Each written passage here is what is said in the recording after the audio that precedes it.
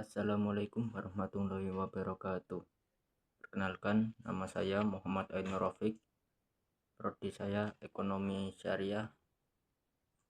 Di sini saya akan menjelaskan tentang Majelis Dzikir Manaqib Syekh Abdul Qadir Al-Jailani. Hukum menghadiri dzikir dari tempat jauh dengan mengencangkan kendaraan. Hukum mengkhususkan ibadah di malam Jumat. Kebenaran kehadiran golongan jin dalam majelis ulama. Hukum menghadiri majelis dzikir dari jauh. Majelis dzikir merupakan bentuk amar ma'ruf nahi mungkar yang fardu kifayah. Pelaku majelis ini disaksikan Allah sebagai orang saleh dan beruntung sesuai Al-Quran surat Ali Imran ayat 104 dan 114.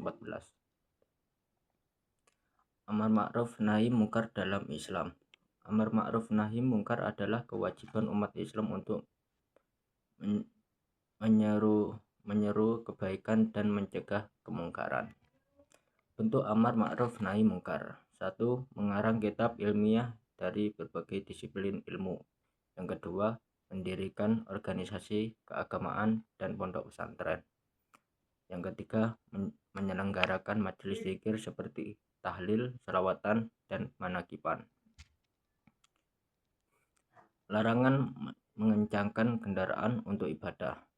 Nabi Muhammad SAW melarang bersusah payah mengencangkan kendaraan kecuali untuk 3 masjid utama, Masjid Haram, Masjid Rasul, dan Masjidil Aqsa. Namun, larangan ini tidak berarti menolak perjalanan ibadah yang bermanfaat dan tidak sia-sia. Penjelasan larangan dan makna perjalanan ibadah. Larangan mengencangkan kendaraan untuk ibadah selain 3 masjid utama bertujuan menghindari perjalanan sia-sia. Perjalanan ke masjid zikir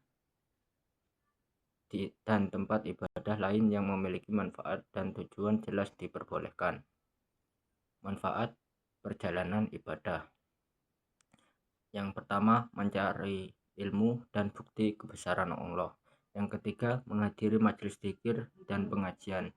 Yang ketiga, silaturahmi dan meminta bimbingan kepada ulama. Kegiatan majelis zikir manaqib. Majelis zikir di Al-Qadiri bukan hanya mengkhususkan malam Jumat saja, melainkan amalan rutin yang juga dilakukan di malam lain. Syekh dan para pengikut memberikan bimbingan zikir secara berkelanjutan. Cerita Syekh Abdul Hasan Ibnu Hirzim dan kitab Ihya. Syekh Ibnu Hirzim bermimpi hendak membakar kitab Ihya Ulumiddin, namun mendapat peringatan dari Nabi Muhammad SAW dan para sahabat.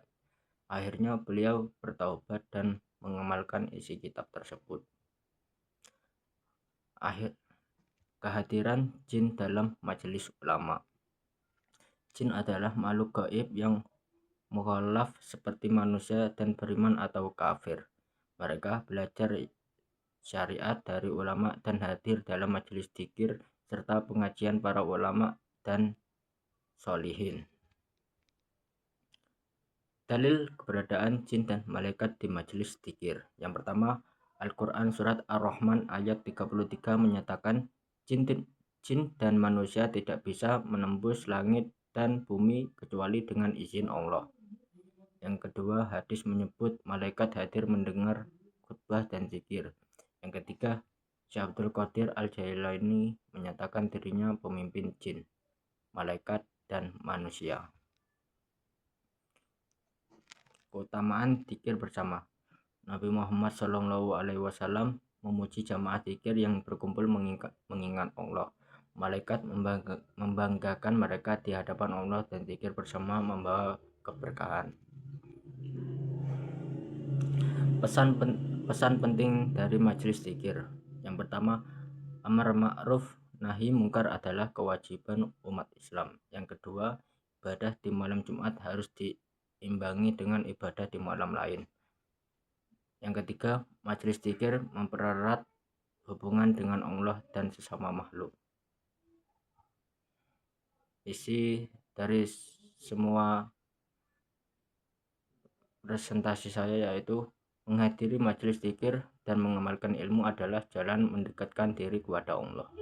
Semoga kita termasuk golongan yang istiqomah dalam amar ma'ruf nahi mungkar dan mendapatkan syafaat Nabi Muhammad SAW.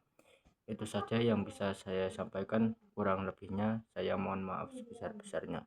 Assalamualaikum warahmatullahi wabarakatuh.